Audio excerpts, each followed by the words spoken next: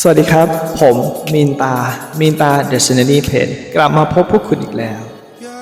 မင်္ဂလာပါခင်ဗျာကျွန်တော်မင်းသား Dictionary Pen မှာတကယ်ချင်းနဲ့အတူပြန်ဆောင်ကြပြန်ပြီအခု episode မှာကြတော့ကျွန်တော်တို့ပထမ keyword ဖြစ်တဲ့ Thai ဘာသာစကား Thai ဘာသာရပ်ကိုလေ့လာခြင်းအစီအစဉ်ညှဝေပြီးတော့ဖြစ်ပါတယ်episode นี้จะพูดถึง keyword ข้อแรกในการเรียนรู้ภาษาไทยนะครับถ้างั้นเรามาเริ่มกันเลยครับကျွန်တော်ကိုထိုင်းလိုလေးပြောပြပြပါခင်ဗျာ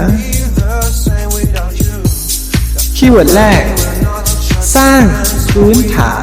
ที่มั่นคงเรียนรู้พยัญชนะสระสระวรรณยุกต์และโครงสร้างประโยคพื้นฐานให้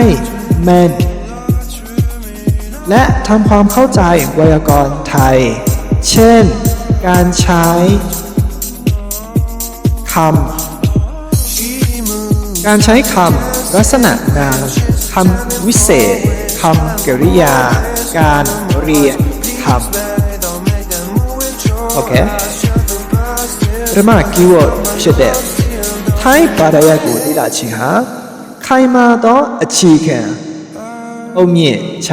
ဖန်တီးပါတကယ်ကြီးလို့ဘာလို့ဆိုရလို့ဖြစ်နေတော့လဲတစ်ချက်ဘီးကိုလေ့လာပါတရကိုလေ့လာပါအတန်စင်များနဲ့ဝါကြအခြေခံဝါကြဖွဲ့စည်းပုံတည်ဆောက်ပုံတွေကိုလေ့လာပါအထူးအားဖြင့်မျိုးအစားခွဲခြင်းနာမဝိသေသနာများကရိယာများအတန်စင်များအသုံးချခြင်းကဲ့သို့သောထိုင်းတရားတွေနဲ့ပတ်သက်ပြီးလေ့လာသင်ယူပါဒါဟာအဓိကကျတဲ့ keyword အချက်ဖြစ်ပါတယ်ခင်ဗျာကဲအခုအစီအစဉ်မှာကျွန်တော်ရဲ့အစီအစဉ်လေးတွေဒါပထမ keyword နဲ့ညှဝေပြီးရှင်းဖြစ်ပါတယ်ဆက်လက်ပြီးတော့ကျွန်တော်ရဲ့ meta page မှာဒါလေးကျွန်တော်ထပ်ပြောသွားမလဲဆိုတာကိုတကယ်ချင်းမိတ်ဆွေတို့နဲ့အတူဒီ meta page တွေကို like share like info လုပ်ပြီးတော့စောင့်မျှော်ပေးကြပါမယ်တိုက်တော်လိုက်ပြရစီခင်ဗျာအခုလိုကျွန်တော်ရဲ့ page ကိုဝင်ကြည့်ပြီးနေတာလည်းအထူးပဲကျေးဇူးတင်ပါတယ်การเรียนรู้เป็นอิสรภาพของชีวิตของทุกคน